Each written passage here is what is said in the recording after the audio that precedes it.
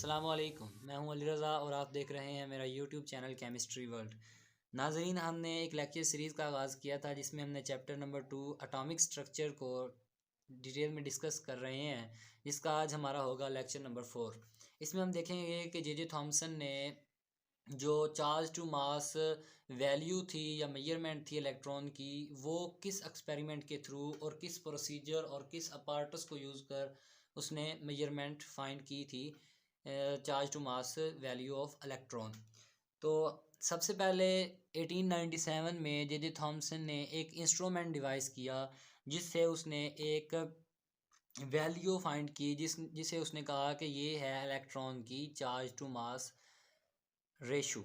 ठीक है, तो इसमें जो स्टेप्स इन्वॉल्व थे इस प्रोसीजर में और जो ऑब्जर्वेशंस इस एक्सपेरिमेंट के दौरान हुई उसको मैंने आपके लिए 8 पॉइंट्स में, ठीक है, उनको एलेबोरेट किया है। फर्स्ट पॉइंट जो हमारे पास है वो ये है कि cathode rays are allowed to pass through the electric and magnetic field.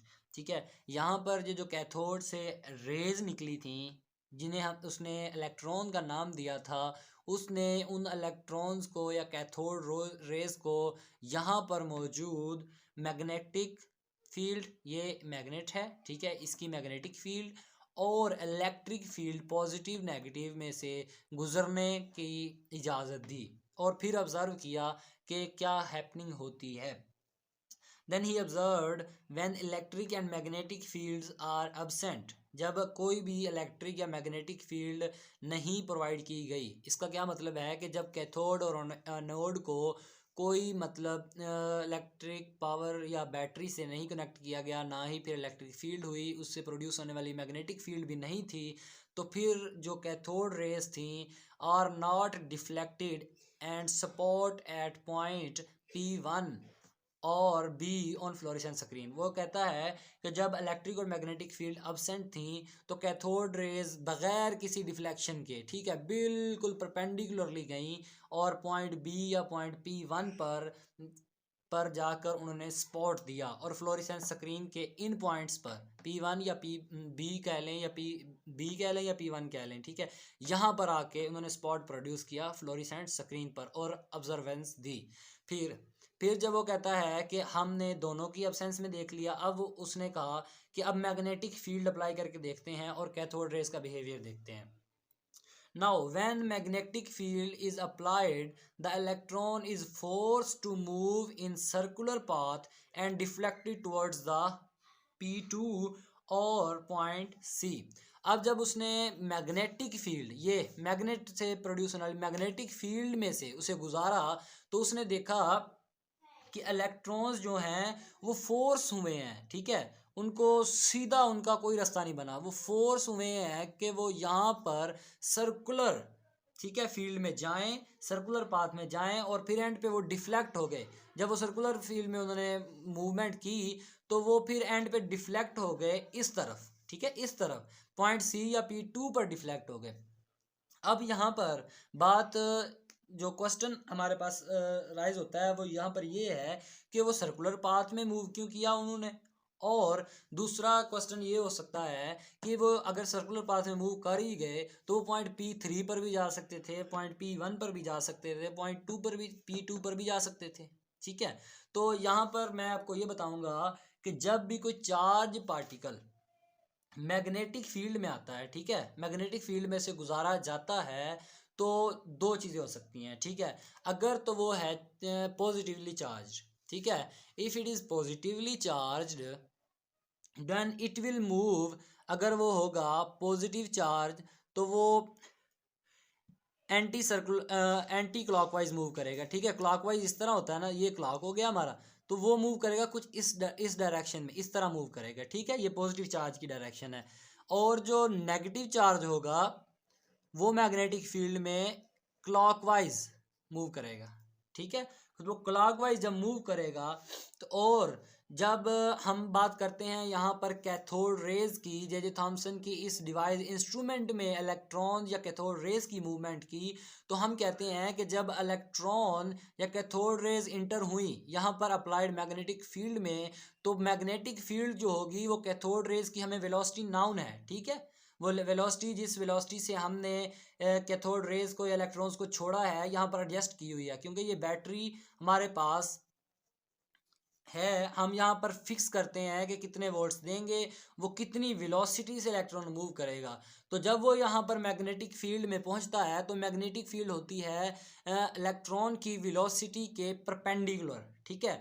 वो जब यहाँ पर पहुँचता है तो यहाँ पर मैग्नेटिक फोर्स, ठीक है, मैग्नेटिक फील्ड में मौजूद उसकी फोर्स से उसको फोर्स करती है कि वो सर्कुलर पाथ में मूव करे। क्यों?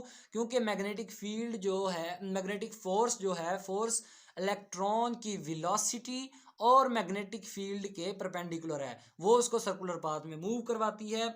और अब दूसरा क्वेश्चन कि वो मूव तो कर रहा है मगर वो डिफ्लेक्ट होकर पॉइंट सी पर क्यों गया, ठीक है।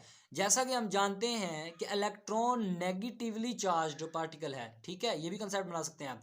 इलेक्ट्रॉन या कैथोड रेज हम जानते हैं नेगेटिवली चार्ज पार्टिकल्स होते हैं, तो वो नॉर्थ पोल जो है इधर, वो इधर तो नहीं जाएंगी ना नॉर्थ पोल की तरफ, वो साउथ पोल की तरफ जाएंगी, क्योंकि नॉर्थ पोल हम जनरली कहते हैं कि ये नेगेटिवली चार्ज होता है, ठीक है। मोस्टली कुछ केसेस में हम पॉजिटिवली चार्ज भी कहते हैं, मगर जनरली ज़्यादातर हम यही कहते हैं कि ये जो हमारे पास नॉर्थ पोल होता है मैग्नेट का, वो होता है नेगेटिव चार्ज। तो वो नेगेटिव चार्ज से डिफ्लेक्शन खाकर जाता है पॉजिटिव साउथ पोल की तरफ, जो कि है पॉइंट सी की तरफ या पॉइंट P2 कह लें, ठीक, ठीक है।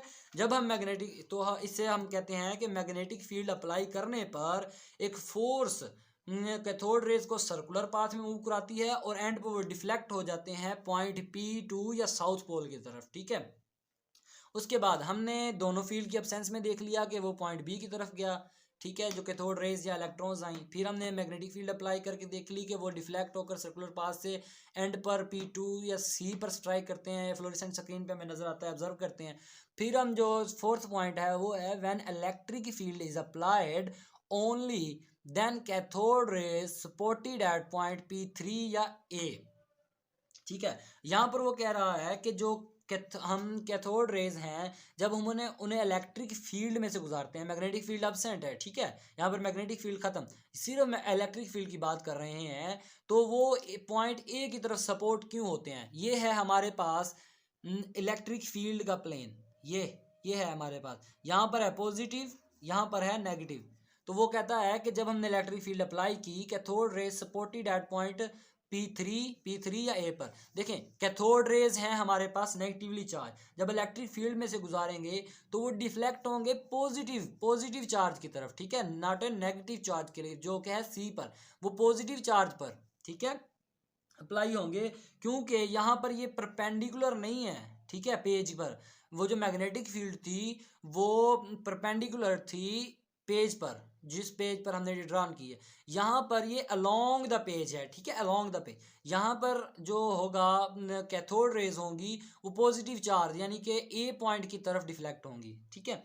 नाउ अब जो नेक्स्ट पॉइंट है हमारे पास, now both electric and magnetic fields are applied simultaneously and adjusted in such a way that cathode rays produce a spot at point B, P1 या B। अब उन्होंने देख लिया कि हमने सिर्फ मैग्नेटिक फील्ड डाली तो वो C पर गया, अप्लाइड की, जब हमने इलेक्ट्रिक फील्ड डाली तो वो A पर गया। अब वो चाहते थे कि हम कुछ इस तरह की एडजस्टमेंट करें वोल्टेज से, या कुछ एडजस्टमेंट इस तरह करें कि वोल्टेज इस तरह दें, कैथोड रेज की वेलोसिटी कुछ ऐसी हो कि मैग्नेटिक फील्ड भी मौजूद हो, ठीक है, और इलेक्ट्रिक फील्ड भी मौजूद हो। साइमल्टेनियसली मतलब होता है एक के दिखने बाद ये एक इकट्ठे, and adjusted in such a way that cathode rays produce a spot at P1 या B पर, ठीक है। वो जैसे नॉर्मल कंडीशन में इलेक्ट्रिक फील्ड और मैग्नेटिक फील्ड एब्सेंट थी, उसी कंडीशन को लाने की कोशिश की, मगर दोनों, अब ये किस तरह होगा, देखें, जब हम इलेक्ट्रिक फील्ड और मैग्नेटिक फील्ड को एडजस्ट ही कुछ इस तरह करें और वोल्टेज ही कुछ इस तरह दें, और वोल्टेज से पैदा होने वाली इलेक्ट्रॉन की जो वेलोसिटी हो वही कुछ इस तरह हो कि इलेक्ट्रॉन मैग्नेटिक और इलेक्ट्रिक फील्ड दोनों की मौजूदगी में पॉइंट बी पर स्ट्राइक करे और हमें फ्लोरेसेंट स्क्रीन पर ये ऑब्जर्व हो, ठीक है। इस तरह उसने ये कई बार कुछ मैनी टर्म्स में जब जे थॉमसन ने ये एक्सपेरिमेंट किया तो इस काफ़ी सारी वैल्यूज़ आई, तो उसने कहा कि in this way by comparing the strengths of the two fields one can determine the value of electron E और एम वैल्यू ऑफ इलेक्ट्रॉन।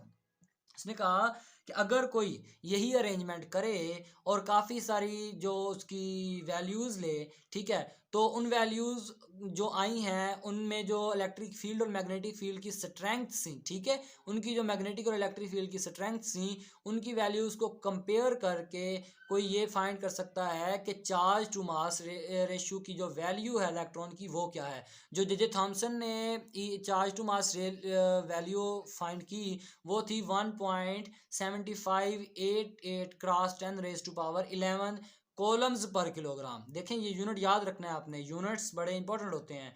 यहाँ पर जो उसने चार्ज टू मास, चार्ज में हम लेते हैं कॉलम्स में, ठीक है, जो मास है यहाँ पर लिया है किलोग्राम में। ये सिंपल यूनिट है, याद रखना मुश्किल नहीं। तो यह है 1.7588 क्रॉस 10⁻11 कॉलम्स पर किलोग्राम, ठीक है। इसका मतलब क्या है कि this means 1 kilogram of electron contains the 1.7588 cross 10⁻⁴ columns of charge. मतलब 1 किलोग्राम लेना इलेक्ट्रॉन मास, इलेक्ट्रॉन का 1 किलोग्राम मास लेंगे तो जो उसका 1 किलोग्राम इलेक्ट्रॉन का मास होगा उसमें चार्ज ये होगा।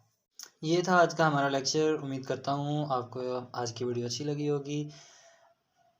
चैनल को सब्सक्राइब, वीडियो को लाइक और शेयर ज़रूर कीजिएगा।